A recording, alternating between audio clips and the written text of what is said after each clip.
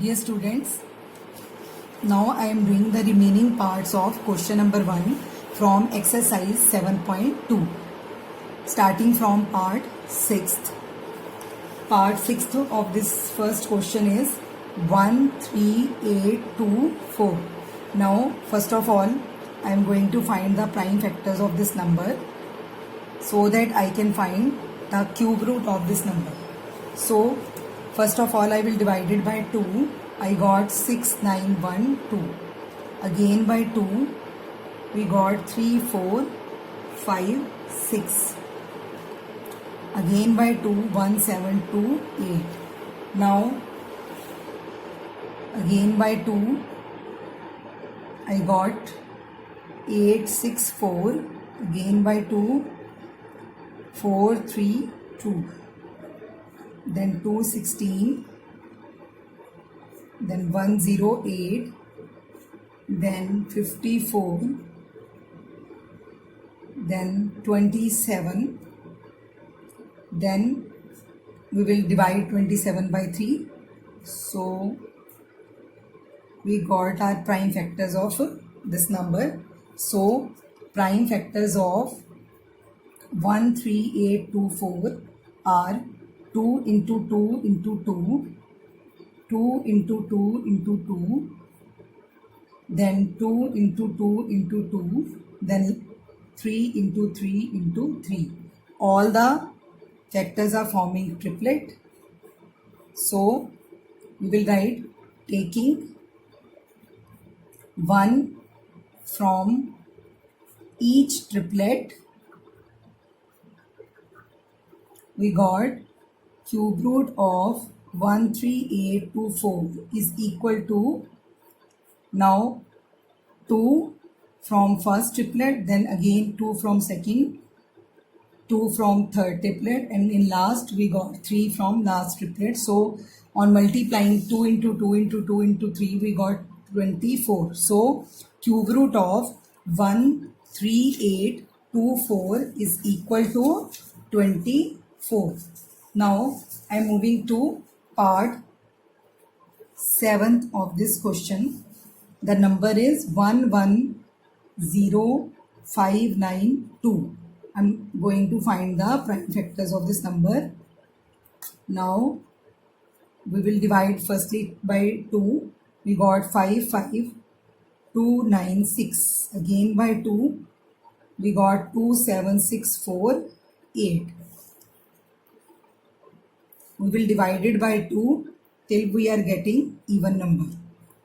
Now see, now at fourth step we got the same number as we have in part 6th. So it is divisible by 2 and we got 6, 9, 1, 2. Again by 2, 3, 4, 5, 6. Then 1, 7, 2, 8. Then 8, 64. Then 432. Then 216. Then 108. Then 54. Then 27, which is cube of 3. So I got my prime factors of 110592. So prime factors of 110592 are 2 into 2 into 2, 2 into 2 into 2, then 2 into 2 into 2, then 2 into 2 into 2, in last 3 into 3 into 3. Now all are forming triplet. We have four triplets of 2 and 1 of 3. So taking 1 from each triplet, I got cube root of 110592 is equal to 2 into 2 into 2 into 2. into 3 is equal to 48. So cube root of 110592 is 48. Eighth part of this question, we have number 46656. Now I will find the prime factors of this number. 46656. Dividing it by 2, I got 23328. Again by 2, we got 11664. Then I got 5832. On dividing it by 2, we got 2916. Again by 2, I got 1458. And again dividing it by 2, I got 729.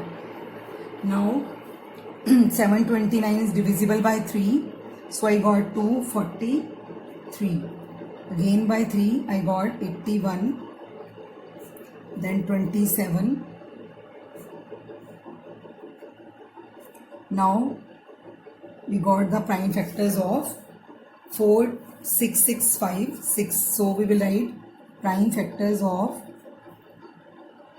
46656 is equal to 2 into 2 into 2, 2 into 2 into 2, 3 into 3 into 3, then 3 into 3 into 3.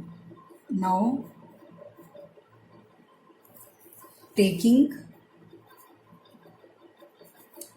1 from each triplet, I got cube root of 46656 is equal to 2 into 2 into 3 into 3, which is equal to 36. Ninth part of this question, we have number 175616. So I will find the prime factors of this number 175616. So I will divide it by 2 as it is an even number. I got 87808. Again I will divide it by 2. So I got 43904. Again I will divide it by 2. I got 21952. On dividing it by 2, I got 10976. Then I got 5488. Then on dividing it by 2, 2744. Then 1372. Then 686. Now when I will divide 686 by 2, I got 343. And you know 343 is 7 cube. So I will divide it by 7. I got 49. Again by 7, I got 7. Now I got the prime factors of this number 175616, which is equal to 2 into 2 into 2, 2 into 2 into 2, again 2 into 2 into 2 into 7 into 7 into 7. So each number is forming a triplet. So we got taking 1 from each triplet, we got cube root of 175616 is equal to 2 into 2 into 2 into 7. On multiplying 2 into 2 into 2 into 7, we got 56. Now moving to 10th part of question number 1, which is 91125. Then we will divide it by 3. We got 30375. Again by 3 we got 10125. Again by 3 3375. Again by 3 1125. Again by 3 375.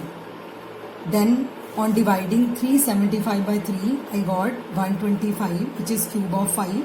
So I will divide it by 5 3 times. So our prime factors are 3 into 3 into 3 forming one triplet, 3 into 3 into 3 forming second triplet, and 5 into 5 into 5 is forming third triplet. So taking one from each triplet, our cube root of 91125 is 3 into 3 into 5 is equal to 45. Now with this part our question number 1 is completed. Now I'm starting question number 2. In this question I have to tell whether the given statements are true or false, and why they are true and why they are false. We have to write the reason also. So first part of question number 2 is cube of any odd number is even, but we know it is false. We will write it is false. Why? Because cube of any odd number is always odd. We know cube of odd number is always odd. For example, we'll give an example. The like 3 cube is 27 and 7 cube is 343, which are odd. So our first statement is false. Now moving to second. A perfect cube does not end with 2 0. So it is true. We will write it is true. We know that if a number is a perfect cube, its 0 must be in multiple of 3. So we will write a perfect cube must have zeros in multiple of 3. So our statement is true that perfect cube does not end with 2 0, because a perfect cube must have zeros in multiple of 3. We will give an example for this. For example, 10 cube. 10 cube is 1000. How many zeros are there? 3 zeros are there. So zeros are multiple of 3. It can be 3, it can be 6, it can be 9. It should be multiple of 3. Now moving to third statement. Our third statement is if a square of a number ends with 5, its cube also ends with 25. So it is false, because it is not true in all the cases. So the statement is false. So we will write it is always not true. It can be sometime true, but it is always not true. So it is false. We will give you an example for this. For example, 5 square is 25. So it ends with 5. 5 square is 25, which ends with 5. So 5 cube. 5 cube is 125. So it ends with 25. Okay, it is true for this. But what if I write 15 square, which is 225, okay, it ends with 5. But 15 cube is equal to 3375. Does it end with 25? No. So it ends with 75. So we will write not ends with 25. So our given statement is false. So moving to part 4 of this question, we have fourth part. There is no perfect cube which ends with 8. It's also false. We will give example for this. Some cubes end with 8. Now I will give you example for this. For example, 2 cube is 8, it ends with 8. So 12 cube is 1728, it also ends with 8. So our statement is false. So moving to fifth part of this question, we have cube of 2-digit number may have a 3-digit number. So it is also false. Now the smallest 2-digit number is 10. They are asking for 2-digit number. So we will start from smallest 2-digit number. So smallest 2-digit number is 10. Now what about 10 cube? Now 10 cube is 1000. Is it having 3 digits? No, it is having 4 digits. So we will write it is having 4 digits. So our statement is wrong. Now sixth part of this question, we have the cube of 2-digit number may have 7 or more digits. So now this statement is also false. Why? Because earlier we have talked about smallest 2-digit number. Now we are talking of greatest 2-digit number. Now greatest 2-digit number is 99. What about 99 cube? 99 cube is 970299. In the question we are asked that a 2-digit number may have 7 or more digits, but it is having 6 digits. So we will write it is having 6 digits, because after 99 3-digit number starts from 100. So it is having 6 digits. So our statement is wrong. Now moving to last part of this question, seventh part. In this question we are given the cube of a single digit number may have a single digit number. So it is true, cube of single digit may have cube also as single digit. So we will write true, the cube of single digit number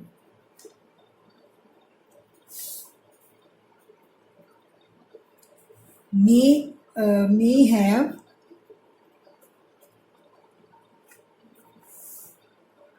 cubes of single digit. Now we will give example for this. For example, you all know 1 cube is 1. The number is single digit. Its cube is also single digit. And 2 cube is 8. The number is single digit and its cube is also single digit. With this part, our question number 2 is completed. We will start question number 3 in the next video.